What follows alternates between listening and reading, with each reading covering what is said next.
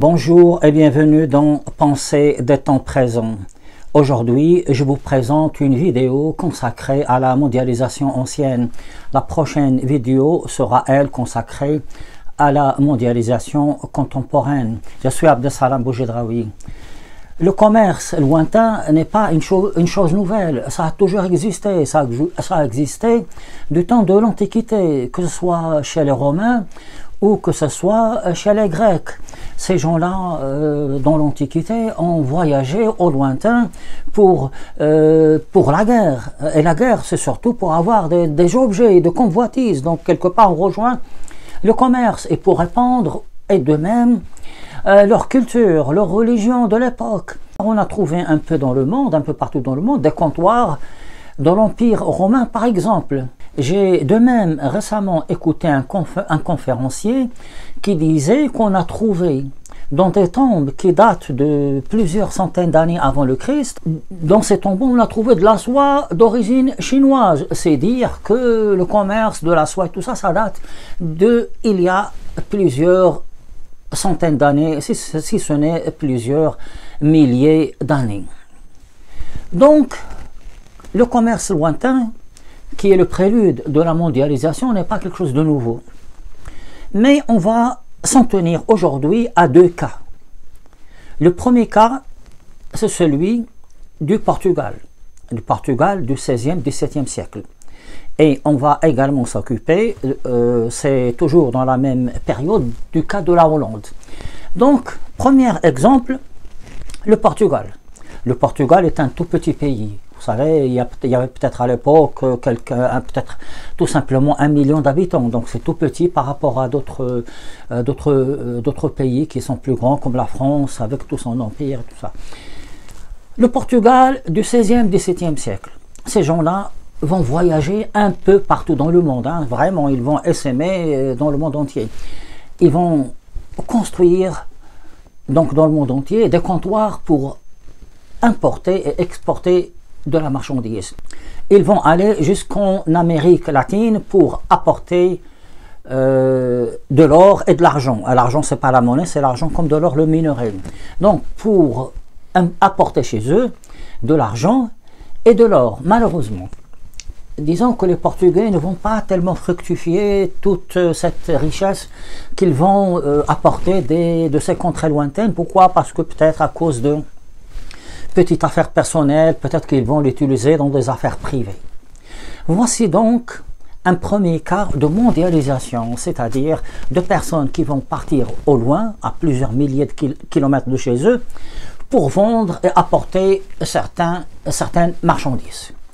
Mais le cas le plus intéressant, c'est celui de la Hollande. Là, vraiment, nous sommes dans la mondialisation moderne au XVIIe siècle. C'est quelque chose qui est vraiment étonnant et prodigieux.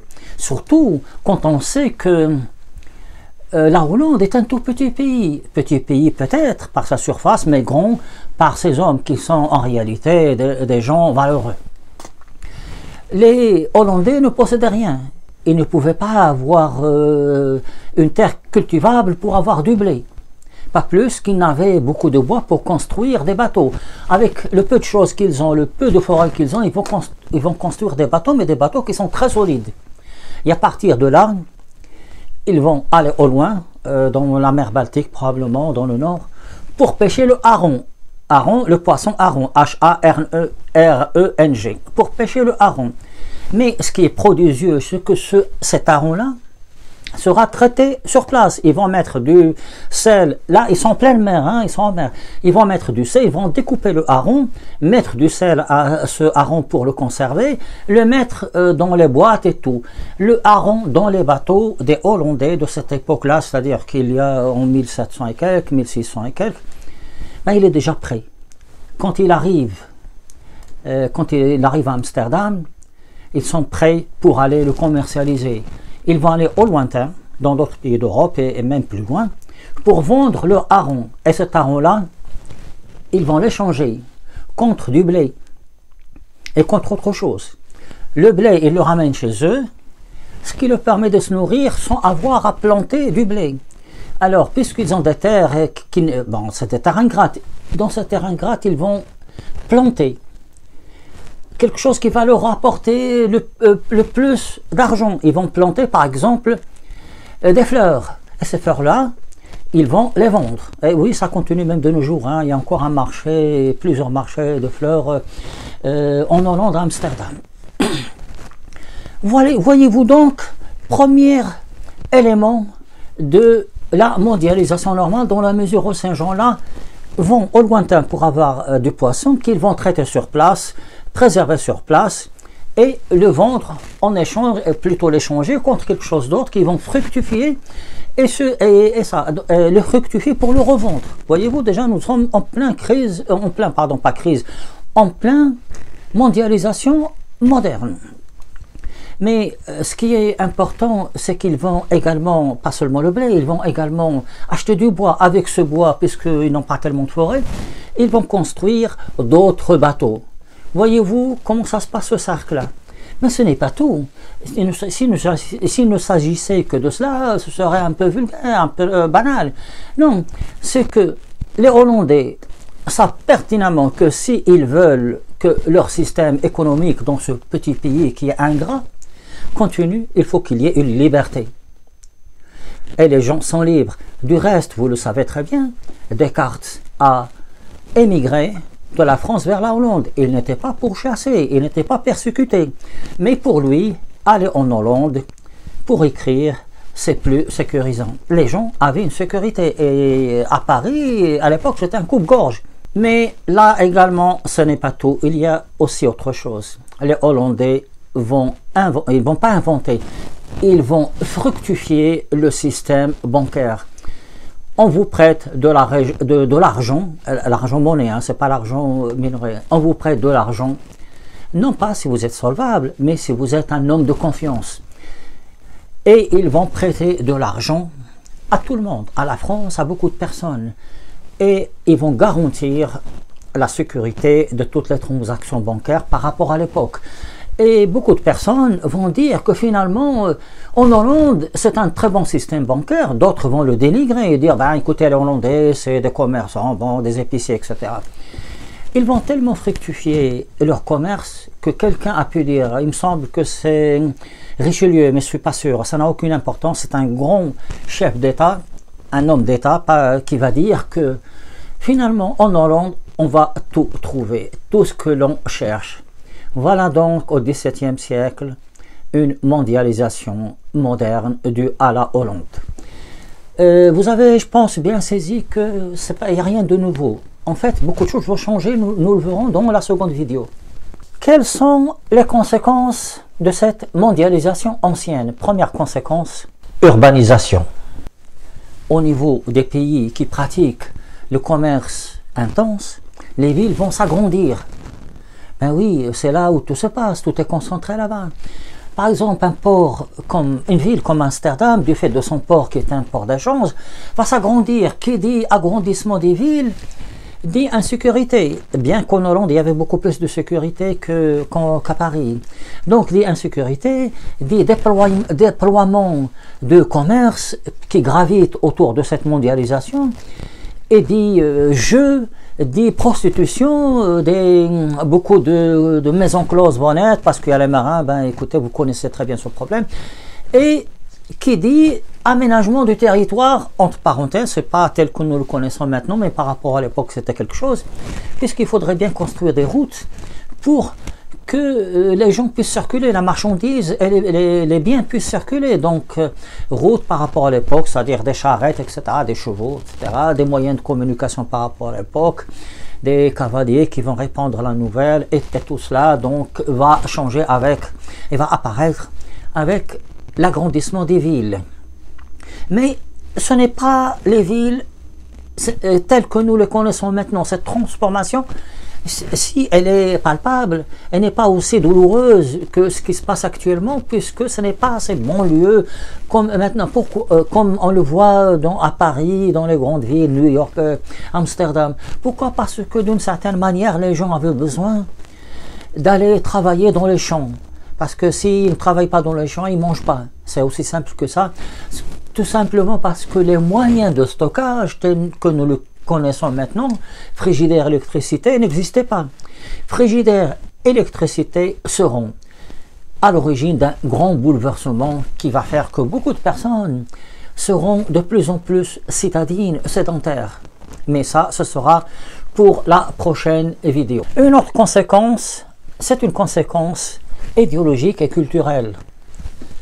Vous le savez très bien, lorsque les Romains ont envahi la Gaule, ils ont emmené avec eux leur mode de vie qui va être adopté par les Français de l'époque, façon de s'habiller, etc. Beaucoup de pays vont répandre leur religion à travers le monde avec les conséquences que l'on connaît de nos jours, cette répartition des grandes religions. Mais il y a également une conséquence, et c'est celle qui m'intéresse le plus.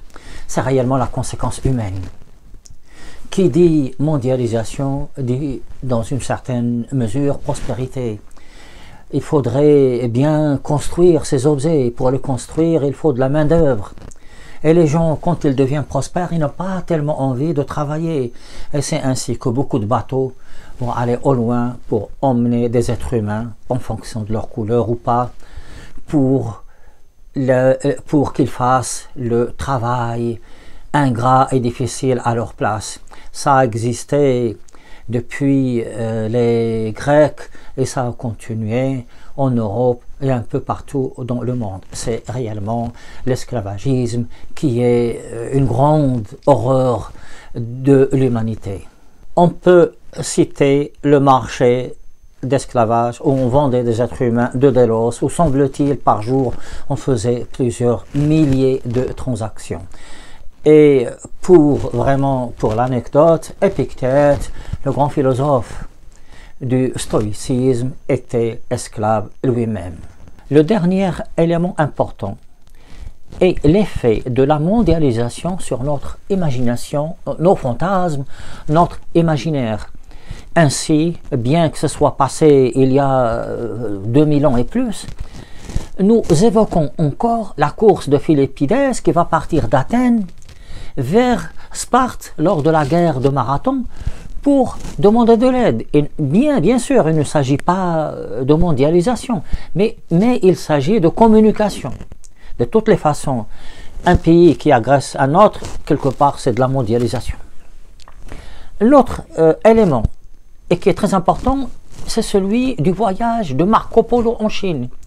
Il part d'Italie pour aller en Chine, il va rencontrer l'empereur de l'époque et il va prendre connaissance du mode de vie des Chinois et de leur avancée avec, vous savez, ils avaient des moyens de communication par les chevaux, hein, bien avant les Américains, une sorte de poney express de l'époque.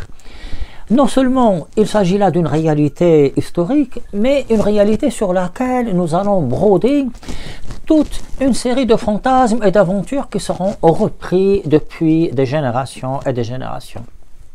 Un autre exemple concerne Jules Verne. Jules Verne va nous proposer de la fiction, ce n'est pas de la réalité, mais qui est en rapport avec son époque. Lorsqu'il va nous parler de Michel Strogoff qui va partir d'un endroit de la Russie à un autre endroit très lointain, en réalité, nous sommes quelque part en pleine mondialisation puisque il était question d'apporter une nouvelle et il était aussi question de moyens de communication puisque les Tatars vont couper les fils qui pour les transmissions par réseau sans fil, réseau avec fil, pardon.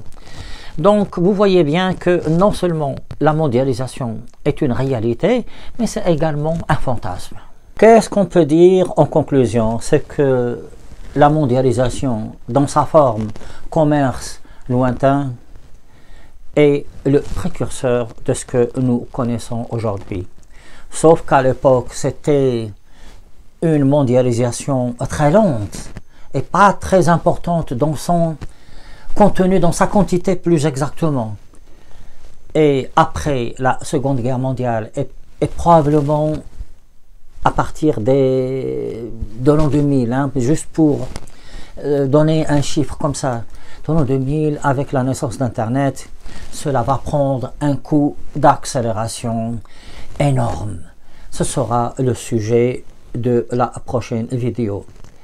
Je vous remercie et que je vous rappelle que vous pouvez trouver sur mon blog, si vous le voulez bien, des articles que j'écris sur ce sujet. D'ici là, portez-vous bien.